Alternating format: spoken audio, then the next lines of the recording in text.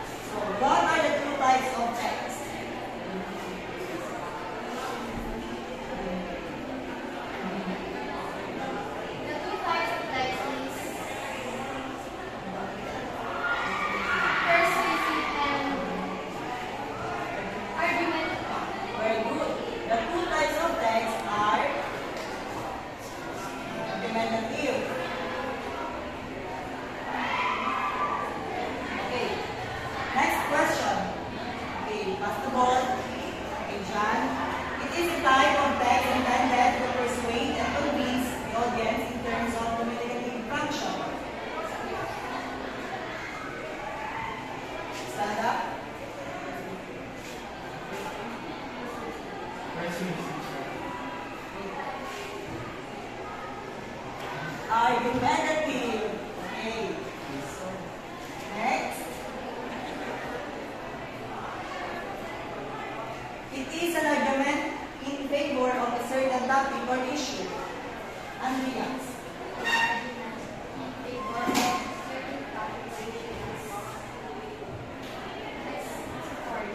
Expository. Let's see. Ross. Second, it is an argument or opinion against a certain topic or issue.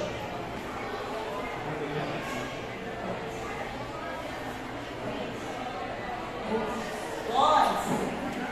Okay, I guess that most of you have remember our topic before. So, for our next activity this afternoon, we are going to determine the images, or we are going to determine real or real. Okay, understood? Yes, sir. Yes.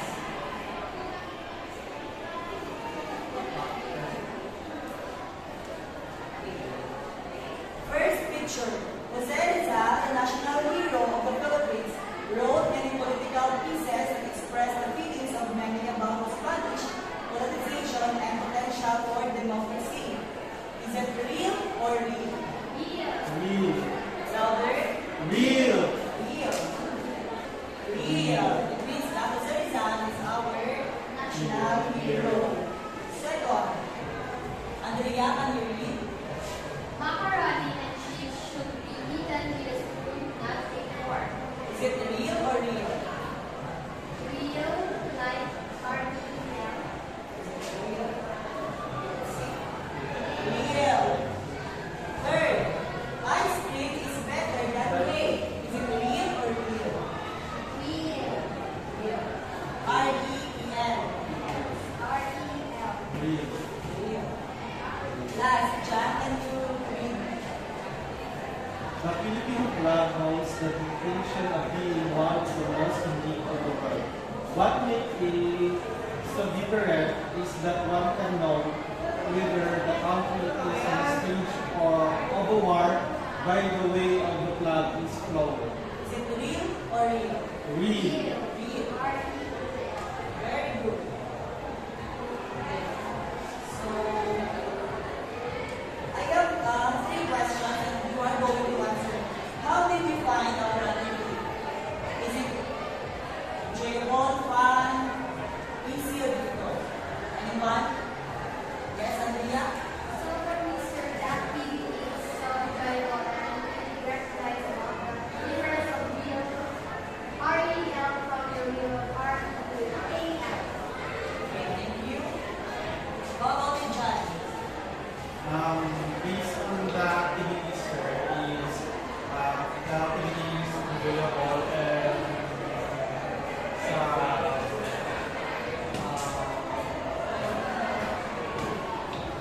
enjoyable and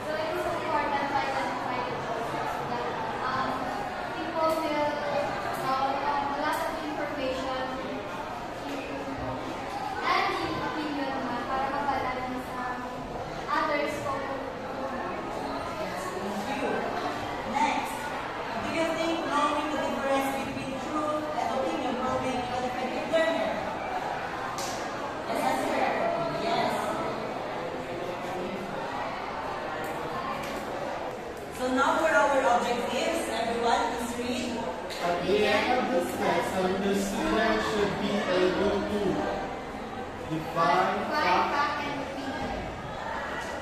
Second, value the importance of fact and opinion through script writing, and perform a news casting based on the given fact.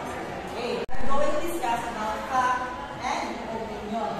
So when we say fact, it is a specific detail that can be proven as true based on objective evidence. Therefore, it is verifiable by researching the evidence. When we say fact, there is an evidence that we're going to support a certain issue or a certain topic. So when we say fact also, there is an objective evidence, not a subjective one that will going to test or going to determine a specific or a certain topic. And it is verifiable. Second, facts provide crucial support for the assertion of an argument. So fact, it is a type or a certain thing that will going to support an assertion or an argument. So there is an evidence or truth in fact. These are some questions that we may ask to identify facts. Can the statement be proved or demonstrated to be true? Can the statement be observed in practice or operation? Or can the statement be verified by witnesses, manuscripts, or documents? So for our examples, first is Coronadal is the capital city of South Cotabato. Is it fact, right? Yes. Yes. It is considered as fact because Coronadal is part of South Cotabato and it is the city in the South Cotabato. Second, Manila is the capital city of the Philippines. Is it fact, right? Yes. Why? Andrea? Because Manila is the capital city of the Philippines. Yes, Manila is known as the capital city of the Philippines. Second, Ramon Magsaysay got his first ever top notcher in criminal justice education. Is it fact, right? Yes. Why? Yes, John. It's fact, sir, that Ramon Magsaysay got his first top notcher in criminal justice because in the community examination, the Ramon Magsaysay got the first top notcher during the exam. Yes, it is fact because there is a evidence that will support the argument that Ramon Magsaysay got his first ever top notcher in criminal justice education during the board examination. Second, opinion. An opinion is a feeling, judgment, belief, or conclusion that cannot be proven true by objective evidence. There is no or nothing evidence that would support the argument, so that is opinion. Others may agree or disagree with an opinion, but they cannot prove or disapprove. So for opinion, it may be agree to you and disagree to you because there is nothing that would support the evidence or the assertion that would give supporting details in your assertion. So look for some of these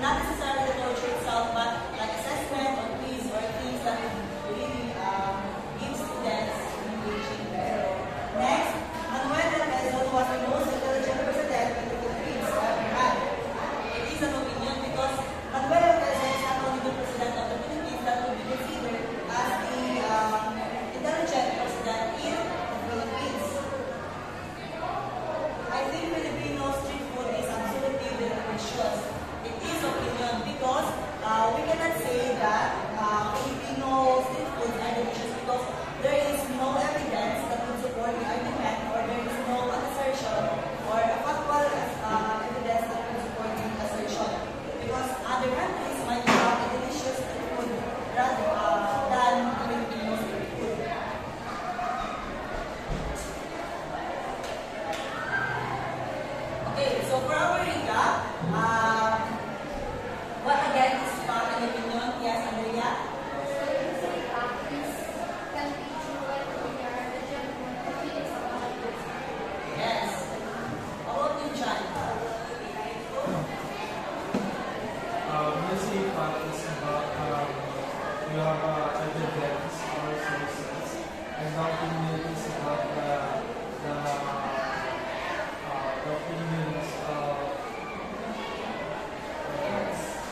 So let's watch a video that will give you a more idea about our lesson.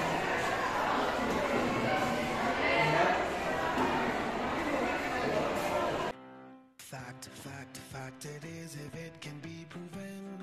Opinion, so what one thinks, feels, or believes. Fact it is if it can be proven.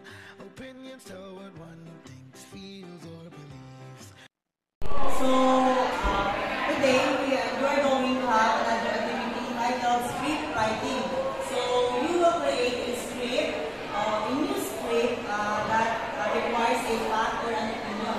And the script must be written in a white shortcut paper, and I will be giving you 2 to 3 minutes to construct your script.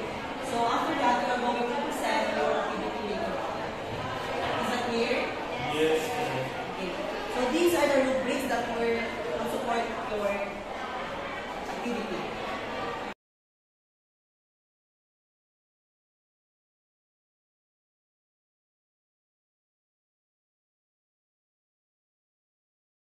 So I hope class that most of you have already done your output. I just given you 2 to 3 minutes to create your script. So right now you are going to present what you have written, and this activity titled Showing What You've Got. So have you read the rubrics? Okay, understood. So now Andrea, you can present first your activity. Hi, I'm Andrea, and the script writing that I choose is fact. Number 1 example of fact is DepEd will end on May 31. Number 2, Philippines has 2 seasons. Hello, I'm John. So the task that given is the opinion. So Ramon Marcinsar is the prestigious school. Anna loves eating ice cream. Great! It was an amazing performance from your class. I hope that you have already understood our topic about fact and opinion. So based on what you have performed, I guess that you have understood what is fact and opinion. Fact is something that can be proven by evidence, while opinion is an argument or assertion that has no basis or evidence that will support the assertion. So for your additional assignment, so kindly take note in 1/2 crosswise, you are going to define the difference between relevance and truthfulness. So you are going to write that in your 1/2 crosswise and submit it tomorrow. So you can visit some sites like the GS Store, organization, and script.com that will give you some ideas or things that will support your assignment for tomorrow's activity. I hope that's clearly understand.